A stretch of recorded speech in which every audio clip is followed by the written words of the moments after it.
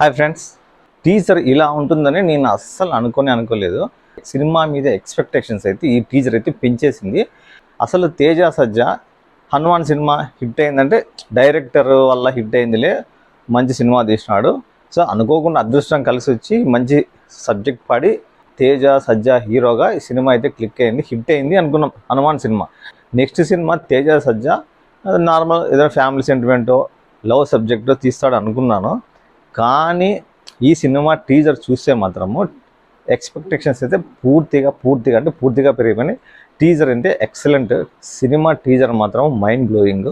ఒక్కొక్క సీన్ అయితే హైలైట్ ఉంది. అసలు టీజర్లో ఒక్క 2 minutes టీజర్లో ఏం జరుగుతుందా స్టోరీ ఏందనేసి ఒక్కొక్క సీన్ అయితే హైలైట్. సో మనోజ్ అయితే సూపర్ యాక్టింగ్ చేసినాడు. క్యారెక్టర్లో కరెక్ట్ సరిపోయినాడు. అసలుకి అశోకుడు గురించి ఒక 9 చరిత్ర పుస్తకాల గురించి సినిమా అయితే ఉండబోతుంది. స్టోరీ సెలెక్ట్ చేసుకున్న తేజ సజ్జాకి అయితే హ్యాట్స్ ఆఫ్. అసలుకి నెక్స్ట్ సినిమా కూడా మరి ఇలాంటి సినిమానే తీస్తున్నాడంటే నిజంగా ఆయన ధైర్యానికి ఒప్పుకోవచ్చు. ఇది కూడా పక్కా హిట్. 500 కోట్లు పక్కాగా అయితే సినిమా కొడుతుంది ఖచ్చితంగా. సో ఈ సినిమాలో జగపత్ బాబు ఉన్నాడు, శ్రియా ఉంది. చెప్పుకోవాల్సిన క్యారెక్టర్ అయితే మనోజ్ది. సో విలన్గా అయితే నిజంగా పర్ఫెక్ట్గా సెట్ అయినాడు మనోజ్ ఈ సినిమాకి అయితే మాత్రము. హీరోకి అయితే తేజ సజ్జా గురించి మనము హనుమాన్లో చూసినాము. సో మొత్తం సినిమా అయితే ఒక కామెడీ చేసినాడు, డ్యాన్స్ ఉంది, యాక్షన్ ఉంది. సో అన్నిటి టోటల్ ఆల్రౌండ్ అయితే చేయగలుగుతాడు తేజ సజ్జా అయితే. సో ఈ సినిమాలో కూడా అలానే ఉంటుంది.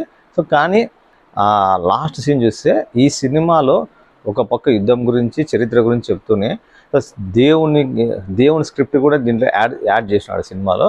సో వానరులంతా కలిపి రాముడు వచ్చేటప్పుడు అందరూ నమస్కారం పెడతారనమాట. సో ఆ సీన్ అయితే హైలైట్. సో రాముడు ఎవరు అనేది అయితే ఇంకా రివీల్ చేయలేదు.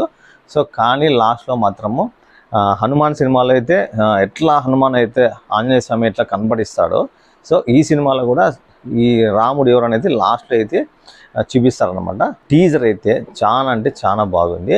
సినిమా కథ మీద అయితే ఇంట్రెస్ట్ అయితే చూపించింది.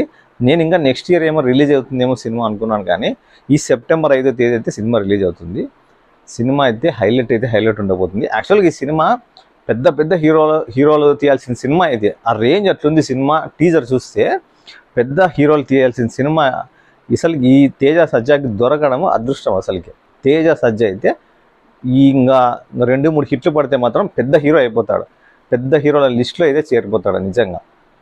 ఫ్యూచర్ అయితే చాలా బాగుంది. తేజ సజ్జాకి మంచి యాక్టర్ అవుతాడు.